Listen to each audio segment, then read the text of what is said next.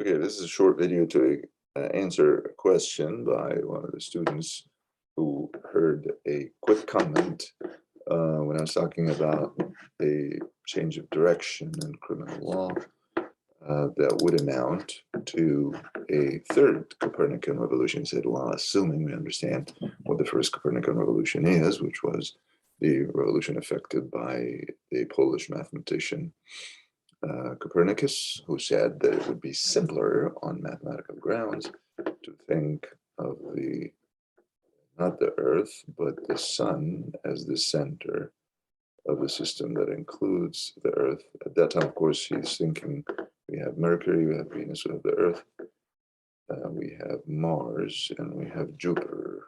At that time, he's not thinking of Saturn, that would be discovered in 1610. And definitely not Uranus and not Neptune. So the system that he's dealing with has two planets, that is Mars and Jupiter, who clearly circumambulate the Earth in a sense, because they circumambulate the Sun and they're farther from the Earth. While the two who constitute a problem are Mercury and Venus, because if we agree with the notion that we have now, that they go around the Sun, their movement around the Earth is very complicated because they seem to be going away and then coming back around the Earth. So his mathematics simplified that. Now, there's clearly the Sun itself, which, if we're going around it, if it's going around us, it doesn't matter. Or it does matter, but not to the same extent. And we have the Moon too, who is actually a satellite of Earth. So anyway, Copernicus's revolution, by revolution here, we mean changing the center. That's the first meaning of the word revolution.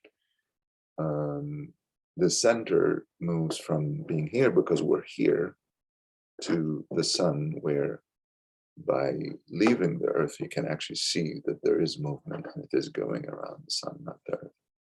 So this was the first one. So the student was asking, what's the second evolution? It's known to people who do philosophy. It's understood that Kant effected or created a second Copernican revolution. He said that. And how would that happen? In epistemology, instead of the very obvious fact that there is a world and we're in it, and our knowing of the world means that we have a good image of what the world is like. So the center is still the world itself. We're just trying to catch up with it. Kant said, well, you can't do that because things in themselves are not really known to us. All we know is what we think about them, right? We can only know the relationship between our minds and the world, and we impose all these structures from our world. So that was the second Copernican revolution. And you see how each one of them had to go against very difficult assumptions. I mean, if we live on Earth, well, what on Earth can tell us that the Earth is not the center? And if we live in a world and we think that we're trying to figure out the world, what on Earth also can tell us that it was our minds that's making our image of the world? So the question for us is, how could a third Copernican revolution exist in criminal law if we go in the direction that I suggested in to restitution? These logs that I put out 2 or 3 years ago.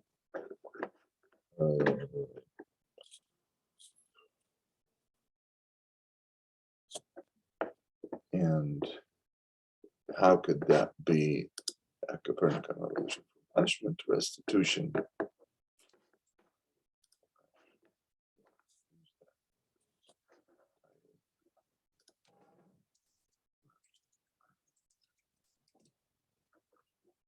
That's what I mean. Punishment to restitution is a nation and a hope that we can think about crime differently. But how could this amount to a Copernican revolution? or change of the center. What center? We naturalize crime. Still enthralled by a notion that Rousseau had, and I actually have it mentioned here. There will always be criminals. It doesn't matter what you do, your families, your education system, any nets or networks of friendship will not stop some people from being criminal. If crime is natural and punishing the criminal is just, because why would you punish someone who didn't commit a crime? And psychology, which is semi-social, semi-natural form of knowledge, keeps emphasizing that we can modify a lot about human nature, but we can't really modify these basic inclinations to want to own, being aggressive, and so on, men and women, but to different degrees. Then, of course, we can't get out of that. This is the condition that is similar to thinking the Earth has to be the center because we're on top of it, or to think that the world has to be the standard of knowledge because we're trying to understand what it is like, regardless of whether we existed at all. And the way to go Copernican is to go to another center, is to say that the reason crime exists is because of society, not the criminal, because society's families failed to create that foundational moral grounding that would make you not want to commit a crime, not just because you're afraid of punishment, but because it's bad to be criminal. There's something morally wrong about being criminal. Families failed, then schools failed. And this is actually also something I point to here when I talk about Al-Mawardi, the author of the Ordinance of Governance, Al-Ahkam al-Sultaniyya, says that, yes, we would love to not have punishment. We would love to be able to use education to eliminate crime, and only when that fails, we get to punishment. So it justifies punishment, but by saying that we tried with education, but the direction I'm going is, or this would be going, I mean, I'm not really suggesting that third Copernican revolution, we're saying it's possible, but it could come from this discussion. Your families failed, your schools have failed, and networks of friendship have also failed to make it hard for that criminal to feel bad about the crime. It's the society that failed. That punishment, in fact, should be directed to the society. And how would you do that? You abolish the prison system, because the prison system is a way for society to not think about crime. The moment the criminal is captured, he's not free to be part, or she's not free to be part of the society. And prisons even emphasize that because they're societies away from society. So what we would be doing if we just leave the criminals, unleash them back to the society, possibly with these ankle surveillance monitors. So the person would have something in his foot, his ankle, where we can surveil them and monitor their activities so they don't strike again, but they are in society as a way to punish the society, as a way to tell the society that, do a better job next time in creating a system that doesn't allow this kind of criminal who is a product of society, not a product of nature. Okay, so that is the move, the decentering of nature, and the replacement of that center with a new center that's the society itself.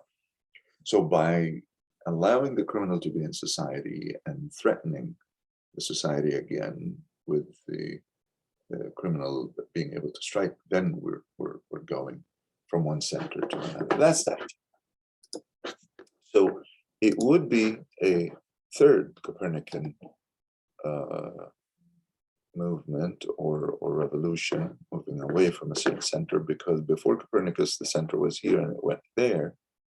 And this uh, is the criminal, let's say. And this is the society. So we're going to move to the society and ask it to do better with its families and educational systems and networks of friendships, and then even also with these surveillance monitors, because we will subject the criminal after the crime to a rehabilitation inside the society. Maybe the criminal will be abandoned by his family. Maybe he'll have to start, or she'll have to start a new family post-criminality. They should be allowed, by the way, to make money, but also be limited. So I've always said that the DIA system is a great aid in this thought, because you pay for your crime, and if you don't have money, you work free to pay. And that restriction of the person's time is a way to also still effect justice, to create and generate justice in a way. So it's not an abandonment of the idea that the criminal is also part of the society and therefore has to bear his or her burden. But this is really it. So I'm not committing to it, but I want people to understand what it means to think again, like not necessarily like Copernicus, because it's not clear that he himself thought that he was creating a revolution in the sense in which there was a scientific revolution. Or, well, Kant, of course, was a little more aware, because he knew that he was doing something in epistemology that is the equivalent of that scientific revolution. And I'm aware that that would be a totally new approach to it, but I'm not yet committed to it. Maybe I will in the future when I consider the argument, but for now I'm not.